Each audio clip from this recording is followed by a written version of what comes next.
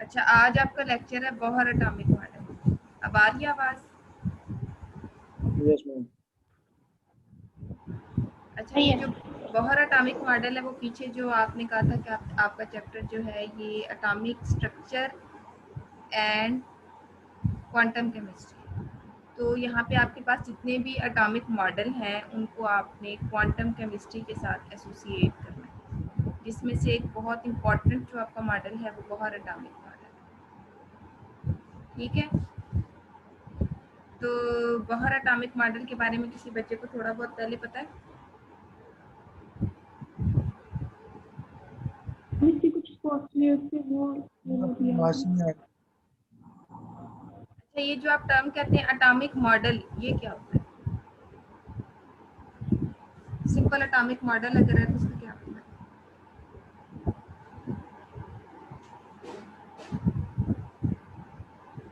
Ma'am atom का structure. हाँ जी, atom का आपने एक स्ट्रक्चर प्रपोज किया है कि उसके अंदर जितने पार्टिकल्स हैं, जैसे उसके अंदर न्यूक्लियस है, प्रोटॉन है, इलेक्ट्रॉन है, वो किस तरह से आपस में अरेंज हुए, सीक्वेंस ऑफ अरेंजमेंट जो है वो आपके पास मॉडल है। ठीक है, जी मैम। तो इसमें जो है वो आपके पास क्या था, आपको पता है कि बहुत से पहले जो है वो एक और साइंटिस्ट था कि अगर आप सीक्वेंस देखते हैं डेवलपमेंट ऑफ एटॉमिक थ्योरी की, तो आपको पता है कि जॉन डाल्टन जो है उसने कहा था कि एटम जो है वो इस फॉर्म में है, इंडिविजिबल है। फिर जे थॉमसन ने कहा कि नहीं, उसके अंदर पॉजिटिव और नेगेटिव चार्जेस हैं। फिर रदरफोर्ड आया, ठीक है, फिर उसके बाद जो है वो बोहर एटॉमिक मॉडल आया। तो ये जो आपके पास जितने साइंटिस्ट हैं ना, ये एक प्रॉपर सीक्वेंस के अंदर जो है ना वो एटम की स्ट्रक्चर को एक्सप्लेन करने की कोशिश करते रहे। ठीक है, अब जो बोहर है, यहाँ पे अगर आप बोहर की थ्योरी की एक्सप्लेनेशन देखते हैं तो असल में होता ही है कि जब एक मैम साइंटिस्ट थॉमसन ने तो हाँ जी, मैम जे थॉमसन ने तो सिर्फ नेगेटिव चार्ज डेवलप किया था, क्या छोड़ रहे इसको? जे थॉमसन ने इलेक्ट्रॉन भी डिस्कवर किया था और बाद में जो है उसने प्लम पुडिंग मॉडल भी दिया था।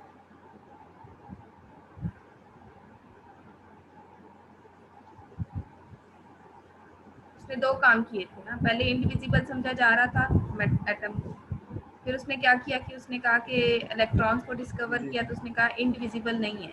फिर इलेक्ट्रॉन्स की बेस पे उसने अरेंजमेंट दी थी जी प्लम पुडिंग मॉडल के नाम। क्लियर है? जी मैम। होता ही है कि जब एक साइंटिस्ट कोई थ्योरी प्रेजेंट करता है तो उस फील्ड में काम करने वाले जितने बाकी साइंटिस्ट होते हैं वो उसकी थ्योरी को पढ़ते हैं, अंडरस्टैंड करते हैं। अगर वो उनको एक्सेप्टेबल लगती है तो वो जो है वो उसको कंफर्म कर देते हैं। अगर उनको उसके अंदर से कोई फॉल्ट नज़र आता है, ठीक है, तो वो फॉल्ट बताते हैं। लेकिन साइंटिफिक मेथड में आपके पास क्या होता है कि जब एक साइंटिस्ट किसी पिछली थ्योरी का फॉल्ट बताता है तो वो जो है वो फॉल्ट को उस वक्त तक प्रूव नहीं कर सकता जब तक वो उसका एक इम्प्रूव्ड रिजल्ट या उसकी एक इम्प्रूव्ड सजेशन जो है वो प्रेजेंट नहीं कर देता।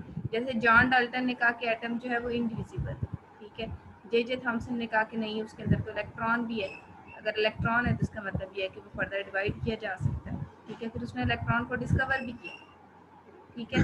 फिर उसके बाद जो है वो रदरफोर्ड आया, उसने कहा कि नहीं, अगर इलेक्ट्रॉन है तो इसके अंदर जो है वो उसने अपनी थ्योरी की बेस पे कुछ और एक्सप्लेनेशन दी, उसने न्यूक्लियस को डिस्कवर कर दिया, ठीक है। फिर उसकी थ्योरी के अंदर कुछ फॉल्ट थे जिसकी बेस पे हमारे पास आ गया बोहर एटॉमिक मॉडल। तो अब ये जो बोहर एटॉमिक मॉडल है ये basically faults of Rutherford model पे बेस्ड है।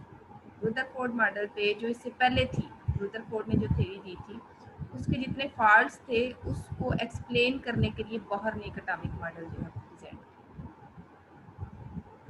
ठीक है। Yes ma'am. तो अब ये जो हमारे पास ये जो सारी थ्योरीज हैं इनको अगर आप देखें तो इसमें आपके पास जो ये थ्योरीज हैं इसमें सबसे पहले आपके पास जो है वो जॉन डाल्टन आता है, ठीक है। जॉन डाल्टन जो है उसने कहा कि एटम इनविजिबल है। 1805 में उसने ये कॉन्सेप्ट दिया कि जो आपका मैटर है वो कंपोज्ड ऑफ इनविजिबल पार्टिकल, ठीक है। यानी मैटर के अगर आप जैसे आप एक पेज लेते हैं, ठीक है, आप क्या करते हैं उसको टीयर आउट करते हैं, उसको फाड़ के उसके दो पेजेस बना देते हैं, फिर दो के चार बना देते हैं, तो एट द एंड आप एक ऐसे स्मॉलेस्ट पार्टिकल पे पहुंच जाते हैं जिसको फर्दर डिवाइड नहीं किया जा सकता। ठीक है, तो जॉन डाल्टन ने ये कहा कि अगर आप कोई भी पीस ऑफ मैटर लेते हैं, उसको डिवाइड करते जाते हैं, तो एट द एंड आपके पास एक ऐसा पार्टिकल आ जाएगा जिसको फर्दर डिवाइड करना पॉसिबल नहीं होगा। वो स्मॉलेस्ट पार्टिकल जिसको फर्दर डिवाइड नहीं किया जा सकता, उसने उसको एटम का नाम दिया। ठीक है, बाद में जब जे थॉमसन आया, उसने 1897 में इलेक्ट्रॉन डिस्कवर कर दिया और उसकी बेस पे उसने प्लम पुडिंग मॉडल दिया, जिसमें उसने ये कहा कि जो एटम्स हैं वो एक यूनिफॉर्म स्फीयर के अंदर मौजूद है। ठीक है, जिसके अंदर पॉजिटिव चार्ज भी है।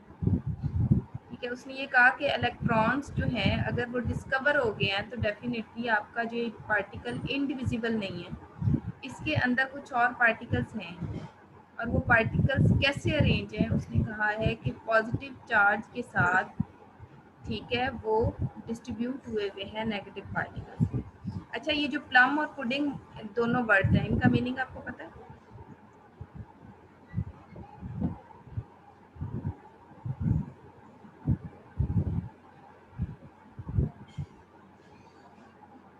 जी मैम, साइंटिफिक दोनों। प्लम और पुडिंग जो है ना, ये दोनों चार्ज को रिप्रेजेंट करते हैं। प्लम का मतलब है पॉजिटिव, ठीक है, और पुडिंग का मतलब है नेगेटिव। इसने पॉजिटिव और नेगेटिव चार्ज का कॉन्सेप्ट दिया था कि पॉजिटिव चार्ज के आसपास आपके पास बहुत सारे नेगेटिव चार्जेस ने सराउंड किया। ठीक है, और ये पॉजिटिव और नेगेटिव चार्जेस इस तरह से डिस्ट्रीब्यूट हुए हुए हैं एक स्फीयर के अंदर, जैसे आपके पास वाटरमेलन के अंदर जो है वो सीड्स होते हैं वाटरमेलन। क्लियर? ऐसे ही है। जी मैम। उसके बाद आपके पास आ गया अर्नेस्ट रदरफोर्ड। अब इसने क्या कहा, इसने कहा कि इसने जो है ना असल में मोशनलेस कॉन्सेप्ट दिया था। इसने कहा था कि पॉजिटिव और नेगेटिव चार्जेस बिल्कुल वैसे ही डिस्ट्रीब्यूटेड हैं जैसा कि सीड्स होते हैं वाटरमेलन के अंदर, जो मूव नहीं करते, बस डिस्ट्रीब्यूट हुए हैं।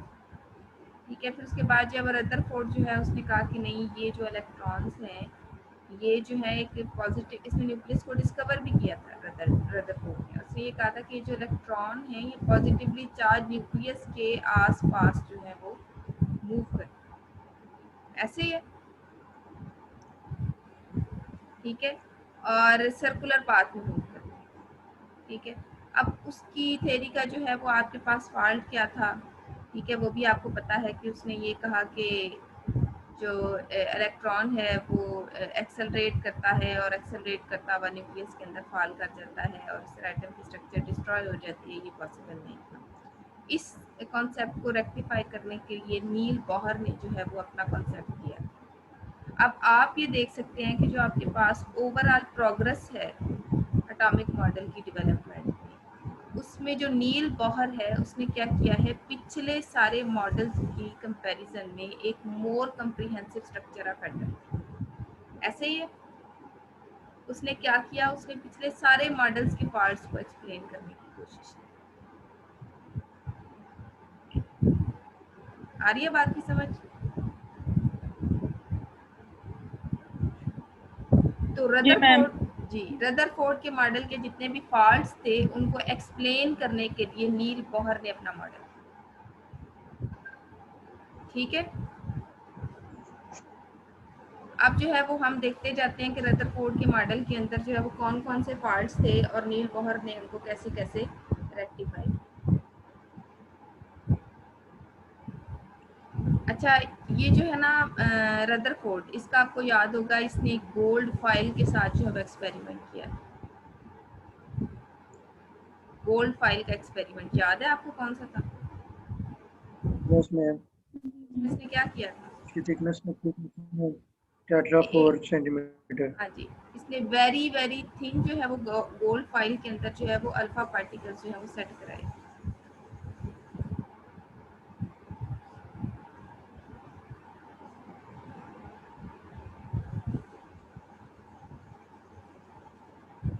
ठीक है, इसने क्या किया था, इसने अल्फा पार्टिकल्स को पास करवाया था वेरी थिन गोल्ड फाइल के अंदर से।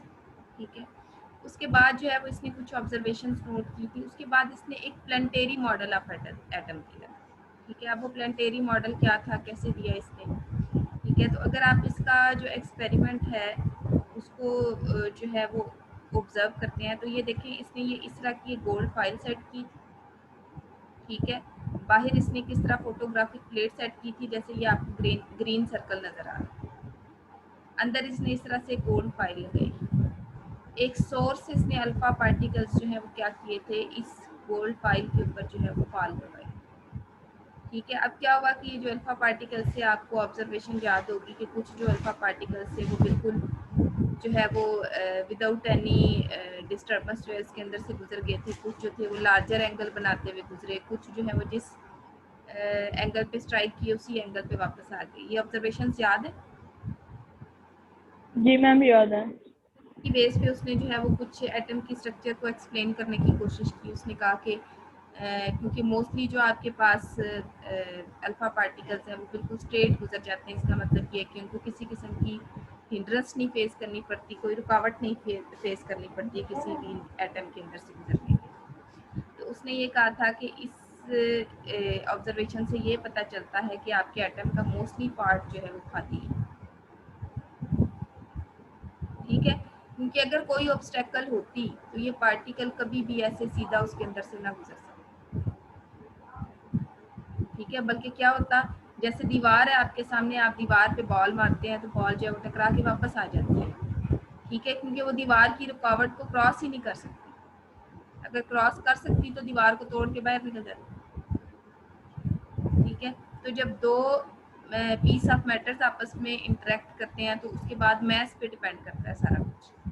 ठीक है, जैसे आप बाल और बाल यानी दीवार और बाल का अगर आपस में कंपैरिजन करें तो अगर आप बाल को हिट करते हैं दीवार के ऊपर तो दीवार का मैस जो है वो बाल के मुकाबले में बहुत ज़्यादा है। ठीक है, तो जो बॉल है वो दीवार का कुछ नहीं बिगाड़ सकती, उसी तरह वापस आ जाए।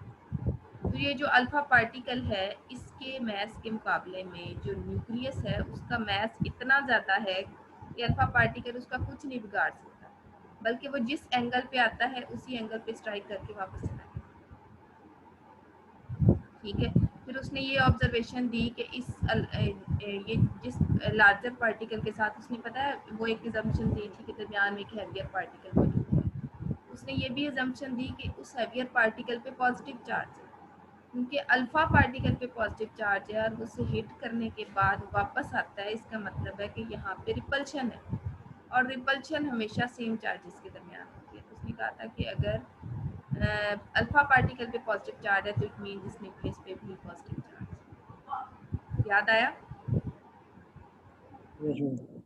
ठीक है, तो उसने क्या कहा था कि मोस्टली जो आपके पास एटम का पार्ट है वो खाली है।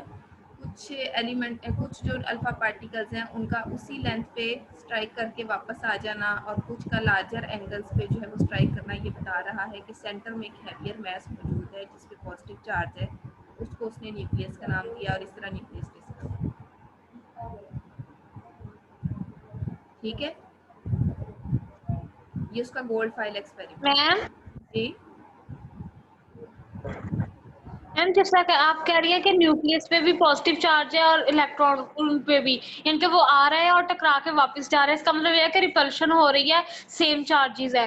मैम लेकिन फिर उन्होंने इसको न्यूक्लियस का नाम भी तो दिया था, हम ये क्यों नहीं कहते कि न्यूक्लियस के साथ टकरा के वापस जा रहा है? Alpha particle. जी मैम। मैम हम इसको रिपल्शन का नाम देंगे या ये कहेंगे कि न्यूक्लियस एक हार्ड है तो इस वजह से इसके साथ टकरा के वापस जा रहा है? ये सारी रीजन है उसके टकरा के वापस जाने की। उसका हार्ड होना भी रीजन है। ठीक है, हार्ड होने की वजह से भी वो उसको ब्रेक डाउन करके आगे नहीं जा सकता। उसका जो पॉजिटिव चार्ज है उसकी वजह से भी ये उसकी तरफ अट्रैक्ट नहीं हो सकता, इसलिए रिपेल हो जाता है। ये दोनों रीजन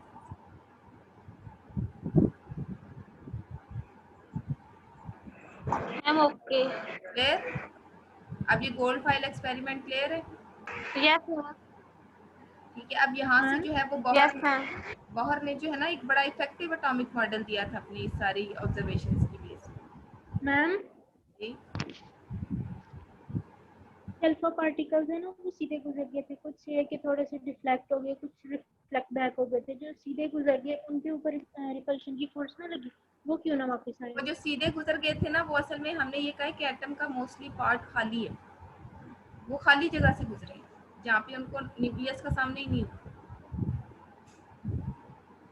जैसे ये आपका अगर एटम है ना, ये एटम है, ये न्यूक्लियस है, ये इसके बाहर इलेक्ट्रॉन है, तो वो यहाँ से गुजरे ही नहीं, वो यहाँ से गुजर गए, खाली जगहों से गुजर गए। ओके, ठीक है, इसलिए उनको किसी किस्म की रिफ्लेक्शन फेस नहीं करनी। ठीक है क्लियर है आप? जी। अब ये आपके पास जो गोल्ड फाइल एक्सपेरिमेंट था, जिसके रिजल्ट पे उसने ये कहा था कि जो एटम का मॉडल है वो प्लानिटरी मॉडल है। प्लानिटरी मॉडल का मतलब ये कि जैसे आपके पास सोलर सिस्टम है, ठीक है, जिसमें सन है और आपके पास जो है वो प्लैनेट्स हैं, और सन के गिर्द जो प्लैनेट्स हैं वो रोटेट करते हैं, बिल्कुल इसी तरह उसने कहा था कि जो एटम का स्ट्रक्चर है वो भी है। ठीक है, अब उसमें उसने जो कंसेप्ट दिया वो क्या था कि जैसे आपके पास ये प्लानिटरी मॉडल है, सोलर सिस्टम है, ठीक है, जिसमें ये आपके पास सन है और ये प्लैनेट्स जो हैं वो इसके आसपास रोटेट कर रहे हैं। उसने कहा था कि एटम भी बिल्कुल ऐसे ही है कि न्यूक्लियस है और आसपास इलेक्ट्रॉन जो है वो रोटेट कर रहे हैं। क्लियर?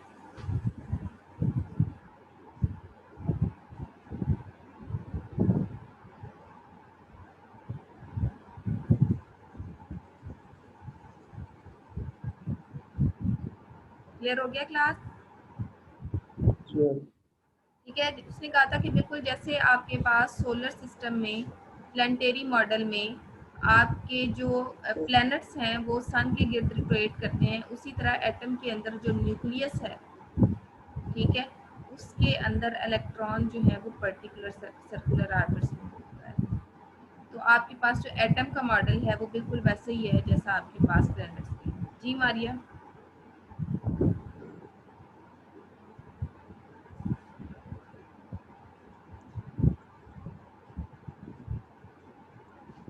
आर्या ने क्वेश्चन पूछना है?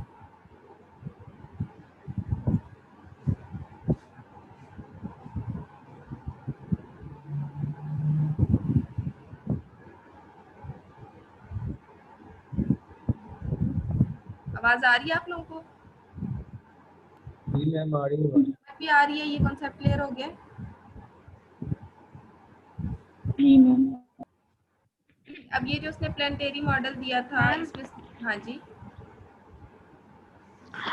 वो रदरफोर्ड ने तो ये कहा था ना कि इलेक्ट्रॉन जो है वो एक्सेलरेट करता है और फाइनली न्यूक्लियस के अंदर गिर जाता है। हाँ जी, तो इसमें जो उसने प्लानिटरी मॉडल कहा है, इसमें वो जो प्लैनेट्स हैं वो तो बस रिवॉल्व कर रहे हैं ना, वो थोड़ी ना सन के अंदर गिर जाएंगे। असल में उसने क्या किया था कि जो पहले जब उसने न्यूक्लियस डिस्कवर कर लिया और इलेक्ट्रॉन्स जो है उससे पहले जे थॉमसन डिस्कवर कर चुका था। इसका मतलब ये कि रदरफोर्ड ने जब काम किया तब न्यूक्लियस का कॉन्सेप्ट भी मौजूद था, इलेक्ट्रॉन का कॉन्सेप्ट भी मौजूद। उसने क्या किया, पहले उसने ये मॉडल दिया प्लानिटरी मॉडल, जिसमें उसने कहा कि न्यूक्लियस के बाहर जो इलेक्ट्रॉन्स है वो उस तरह रोटेट करते हैं। बाद में उसने कुछ और कॉन्सेप्ट थे, जैसे क्लासिकल मैकेनिक्स के कुछ कॉन्सेप्ट थे, वो उसने अप्लाई किए, तो उसको पता चला कि आपका जो इलेक्ट्रॉन है वो एनर्जी जो है वो रेडिएट भी करता है, जिसकी वजह से वो सेंटर में गिर जाता है। फिर ये उसका जो है ना, उसकी थ्योरी का जो है वो एंडिंग पॉइंट बन गया था, क्योंकि उसको एक्सप्लेन ही नहीं कर पाया। ठीक है, तो जो उसने इनिशियल मॉडल दिया था वो ऐसे ही, और फिर बाद में उसको पता चला कि जैसे जैसे इलेक्ट्रॉन रोटेट करेगा वो एनर्जी भी लूज करेगा। क्लियर? Okay ma'am. अच्छा, ये जो अब उसने प्लानिटरी मॉडल दिया, इससे आपको ये क्लियर हो गया कि आपके पास जो एटम है उसके अंदर न्यूक्लियस बिल्कुल वैसे ही है जैसे सोलर सेल के अंदर, सोलर सिस्टम के अंदर जो है वो सन है, और इलेक्ट्रॉन बिल्कुल वैसे हैं जैसे सोलर सिस्टम के अंदर इलेक्ट्रॉन, ये प्लैनेट्स हैं। ठीक है, अब यहाँ से आपके पास जो एक और चीज़ आई, जो रदरफोर्ड का जो की थ्योरी के अंदर जो सबसे बड़ा फॉल्ट था, जिसकी बेस पे बोहर ने एक्सप्लेनेशन दी थी अपनी थ्योरी की, वो ये था कि जो रेवोल्यूशन थी इलेक्ट्रॉन्स की न्यूक्लियस के अराउंड, ठीक है, उसको स्टेबल होना चाहिए था, क्योंकि एटम किसी किस्म की एनर्जी रेडिएट नहीं करता जब तक आप उसको कोई एक्सटर्नल फोर्स नहीं प्रोवाइड करते, कोई एक्सटर्नल एनर्जी नहीं प्रोवाइड करते। तो एटम इलेक्ट्रॉन की जो मूवमेंट है उसको जो है वो स्टेबल होना चाहिए था, ठीक है, लेकिन यहाँ पे जो इलेक्ट्रॉन की मूवमेंट है वो स्टेबल एक्सपेक्ट नहीं की जा सकी। स्टेबल एक्सपेक्ट कैसे नहीं की जा सकी? क्योंकि जब उस वक़्त की जो थ्योरी थी उसको अप्लाई किया गया रदरफोर्ड के मॉडल के ऊपर, तो दो मेजर फॉल्ट्स जो है वो सामने आए। अब दो मेजर फॉल्ट्स क्या थे कि रदरफोर्ड ने ये कहा कि जब कोई भी पार्टिकल सर्कुलर ऑर्बिट में मूव करता है, वो चार्ज पार्टिकल होता है। जैसे हमारे पास इलेक्ट्रॉन है, इलेक्ट्रॉन एक चार्ज पार्टिकल, ऐसे ही है। इलेक्ट्रॉन पे नेगेटिव चार्ज होता है, ऐसे ही है ना? जी मैम। जब कोई चार्ज पार्टिकल जो है वो सर्कुलर पाथ में मूव करता है तो वो एनर्जी या रेडिएशंस को एमिट करता है, ठीक है। अब जब वो रेडिएशंस को एमिट करता है तो इसका मतलब ये है कि उसका जो एंगुलर डिस्प्लेसमेंट है वो चेंज होता है। अगर पहले वो फर्स्ट ऑर्बिट में मूव कर रहा था, ठीक है, तो फिर वो क्या होगा, सेकंड ऑर्बिट में मूव करना शुरू कर देगा, ऐसे ही है। जब चार्ज पार्टिकल्स किसी सर्कुलर ऑर्बिट्स में मूव करते हैं तो वो एनर्जी को रेडिएट करते हैं। जब उनकी एनर्जी कम हो जाती है तो वो न्यूक्लियस के करीब आना शुरू हो जाती है। किसी इलेक्ट्रॉन की एनर्जी जितनी कम होती है वो न्यूक्लियस के उतना ज़्यादा करीब होता है, ठीक है। जैसे आप कहते हैं फर्स्ट शेल में इलेक्ट्रॉन की एनर्जी सबसे कम है, फिर सेकंड शेल की एनर्जी फिर थर्ड। अगर इलेक्ट्रॉन अपनी एनर्जी रेडिएट करता है तो इसका मतलब ये है कि वो स्लोली न्यूक्लियस के करीब आता जाता है।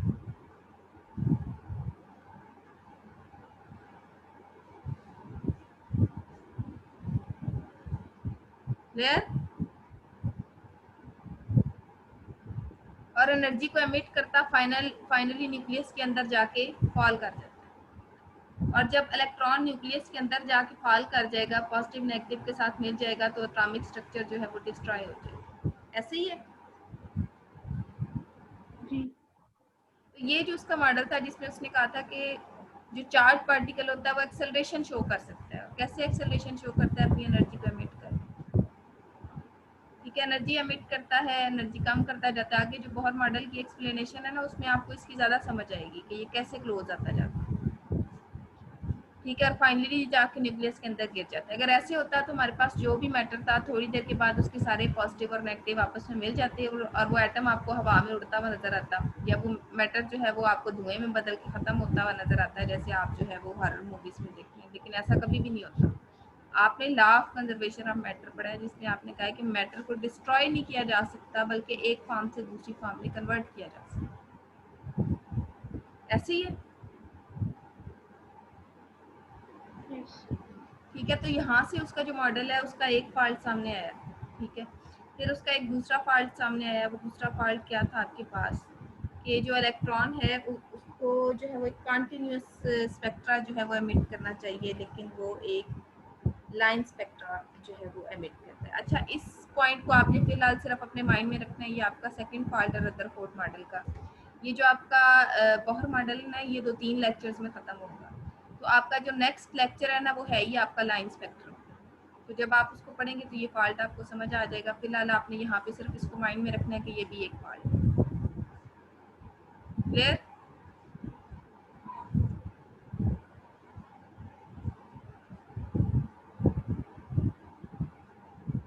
क्लियर हो गया क्लास? Yes ma'am. ठीक है। उसके बाद जो है इन सारे प्रॉब्लम्स को सॉल्व करने के लिए कौन सामने आया? नील बोहर, ठीक है। जी मैम। उसने क्या किया, उसने क्वांटाइज्ड शेल मॉडल का कॉन्सेप्ट दिया एटम के लिए, ठीक है। और उसने इलेक्ट्रॉन की स्टेबल मूवमेंट को एक्सप्लेन किया न्यूक्लियस के अंदर, ठीक है। अब कैसे उसने एक्सप्लेन किया, ठीक है, इसको हम देख लेते हैं। अच्छा, उसने ना कुछ पास्टुलेट्स दिए अपने एटॉमिक मॉडल। वो पास्टुलेट्स जो है वो हमारे पास क्या है? पहला जो उसने पास्टुलेट दिया, उसने ये कहा कि जो एक किसी भी एटम के अंदर जो इलेक्ट्रॉन होते हैं जिनके ऊपर नेगेटिव चार्ज होता है, जो नेगेटिवली चार्ज इलेक्ट्रॉन होते हैं वो न्यूक्लियस के गिर्द जो कि पॉजिटिवली चार्ज होता है डेफिनेट सर्कुलर ऑर्बिट्स में मूव करते हैं। यानी ये इलेक्ट्रॉन है तो ये इसी सर्कुलर ऑर्बिट में मूव करेगा, ये इलेक्ट्रॉन है तो ये इसी डेफिनेट सर्कुलर ऑर्बिट के अंदर मूव करेगा। ये इलेक्ट्रॉन है तो ये इसी डेफिनेट सर्कुलर ऑर्बिट के अंदर मूव करेगा। ये इलेक्ट्रॉन इसमें नहीं जा सकता और ये इलेक्ट्रॉन इसमें नहीं जा सकता। फर्स्ट शेल का इलेक्ट्रॉन सेकंड में नहीं जा सकता, सेकंड का थर्ड में नहीं जा सकता। फर्स्ट शेल के इलेक्ट्रॉन ने फर्स्ट में ही रहना है और सेकंड शेल के इलेक्ट्रॉन ने सेकंड में। आगे बात की समझ? जी मैम। और ऐसा उस वक्त तक रहेगा जब तक आप किसी एक्सटर्नल एनर्जी को इस सिस्टम के अंदर इन्वॉल्व नहीं करते। तब तक हर इलेक्ट्रॉन अपने फिक्स्ड एनर्जी ऑर्बिटल के अंदर मूव करता रहेगा, ठीक है। और आप उसकी मूवमेंट को रोक नहीं सकते, ना आप उसको एक शेल से दूसरे शेल में ट्रांसफर कर सकते। क्लियर?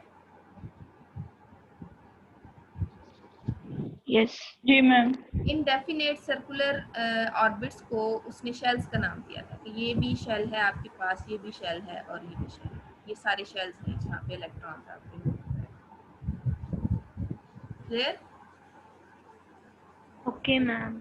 ये उसका फर्स्ट पोस्टुलेट था। अब वो जो उसने कहा था रुदरफोर्ड ने कि आपका इलेक्ट्रॉन जो है यहाँ पे, जैसे मैंने आपको 4 शेल जो है वो शो की, उसने कहा कि फोर्थ से जो है वो थर्ड में आ सकता है, थर्ड से सेकंड में आ सकता है, सेकंड से फर्स्ट में आ सकता है, फिर न्यूक्लियस में जो है वो गिर जाता है, ठीक है। उसकी एक्सप्लेनेशन आपके पास आ गया, ठीक है। इसने ये कह दिया कि हर इलेक्ट्रॉन ने अपने ही डेफिनेट ऑर्बिट के अंदर मूव करना है और उस वक्त तक मूव करते रहना है जब तक कोई एक्सटर्नल एनर्जी सिस्टम के अंदर इन्वॉल्व नहीं, ठीक है। तब तक कोई भी इलेक्ट्रॉन अपना ऑर्बिट या अपना सर्कल चेंज नहीं कर सकता।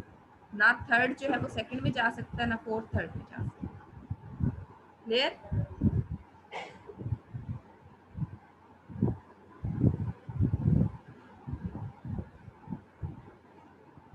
क्लियर हो गया? जी मैम। ठीक है। और उसने इन सर्कुलर पाथ्स को ऑर्बिट्स का नाम दिया या फिर शेल्स का नाम। ये शेल्स हैं आपके पास, आप इनको ऑर्बिट्स कह सकते। ये फर्स्ट शेल है, ये सेकंड शेल है, ये थर्ड शेल है, ये फोर्थ शेल। फोर्थ शेल का इलेक्ट्रॉन फोर्थ में रहेगा, थर्ड का थर्ड में रहेगा, सेकंड का सेकंड। क्लियर? ओके। जब वो मूव ही नहीं कर सकते एक शेल से दूसरे शेल में, फिर वो एनर्जी कैसे काम करेंगे, ठीक है। ये वाला क्वेश्चन यहाँ पे सॉल्व हुआ। उसके बाद जो उसका पोस्टुलेट था सेकंड, ठीक है, उसमें उसने क्या कहा कि आपके जो इलेक्ट्रॉन्स हैं, ये जो जितने भी शेल्स थे, उसने कहा है कि इनको आप एक स्पेशल इंटीजर से रिप्रेजेंट करते हैं, एक डिजिट से रिप्रेजेंट करते हैं, जिस डिजिट को आप कहते हैं क्वांटम नंबर। वो डिजिट या वो इंटीजर जो आपके एनर्जी लेवल्स को या शेल्स को रिप्रेजेंट कर रहा होता है किसी भी एटम के अंदर, उनको हम कहते हैं क्वांटम नंबर्स। और जो क्वांटम नंबर्स की काउंटिंग है वो आपने न्यूक्लियस वाली साइड से स्टार्ट करना है, ठीक है। जो न्यूक्लियस के मोस्ट क्लोज जो आपके पास शेल है ना, उसका क्वांटम नंबर n जो है वो 1 होगा। जो न्यूक्लियस के साइड से जो है वो आपके पास सेकंड ऑर्बिट होगा, उसको आप असाइन करेंगे क्वांटम नंबर 2। जो उसके बाद होगा वो quantum number 3 and so on, जहाँ तक आपकी शेल अवेलेबल आपने नंबरिंग करते जाए।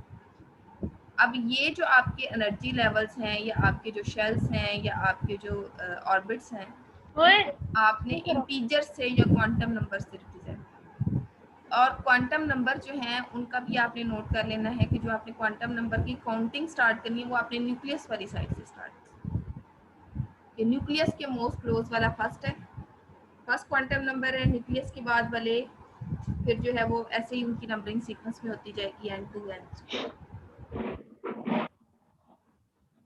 क्लियर?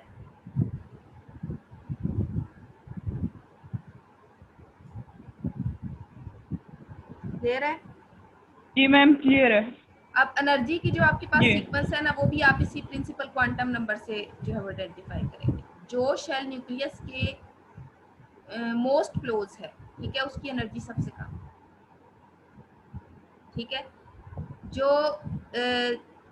मोस्ट क्लोज है उसको हम कह रहे हैं कि उसका प्रिंसिपल क्वांटम नंबर 1 है या शेल नंबर 1 है। इसका मतलब ये है कि फर्स्ट शेल की एनर्जी जो है वो सबसे कम है, सेकंड शेल की उससे ज़्यादा, थर्ड शेल की उससे ज़्यादा, एंड सो ऑन, जैसे जैसे आप मूव करते जाएंगे एनर्जी बढ़ती जाएगी। क्लियर? यस। उसके बाद जो है वो इसी जो आपके पास पोस्टुलेट 2 है, इसका एक और आपके पास पार्ट है जिसके अंदर उसने क्या कहा कि ये जो आपके पास न्यूक्लियस के बाहर वाले आपके पास शेल हैं, ठीक है, इनको अगर आप देखें तो ये जो है आप देखें कि जो आपके पास फर्स्ट शेल है ये वाला, ठीक है, इसका हमने प्रिंसिपल क्वांटम नंबर जो है वो n रखा था। सेकंड शेल का हमने प्रिंसिपल क्वांटम नंबर क्या रखा था, 2 रखा था। थर्ड का हमने जो है वो 3 रखा था, ठीक है। तो ये जो आपके पास प्रिंसिपल क्वांटम नंबर्स हैं, इसकी उसने फर्दर भी कुछ जो है वो टर्मिनोलॉजीज जो है वो इंट्रोड्यूस करवाई। जैसे जो है वो उसने ये कहा कि ये जो फर्स्ट शेल है जिसका आपने प्रिंसिपल क्वांटम नंबर n1 कहा है, इसको के शेल भी कहते हैं। जिसका n2 है उसको एल शेल भी कहते हैं। जिसका n3 है उसको एम शेल भी कहते हैं। यानी प्रिंसिपल क्वांटम नंबर्स की बेस पे आप शेल्स को के एल एम एन का नाम दें, ठीक है। अब अगर आपके पास के शेल की बात हो तो आपके लिए अंडरस्टूड होना चाहिए कि फर्स्ट शेल की बात है जिसका प्रिंसिपल क्वांटम नंबर 1 है। एल शेल की बात है तो अंडरस्टूड है कि सेकंड शेल है जिसका प्रिंसिपल क्वांटम नंबर 2 है।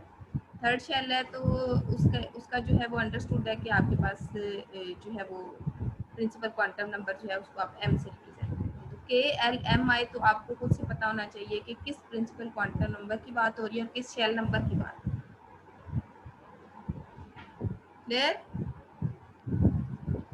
फिर इसी पोस्टुलेट के अंदर ओके। उसने ये भी कहा कि आपके जो ऑर्बिटल्स हैं उसमें से वो ऑर्बिटल जो न्यूक्लियस के मोस्ट क्लोज है, जैसे ये आपके पास फर्स्ट ऑर्बिटल है, ये न्यूक्लियस के मोस्ट क्लोज है, इसको हम कहते हैं ग्राउंड एनर्जी लेवल।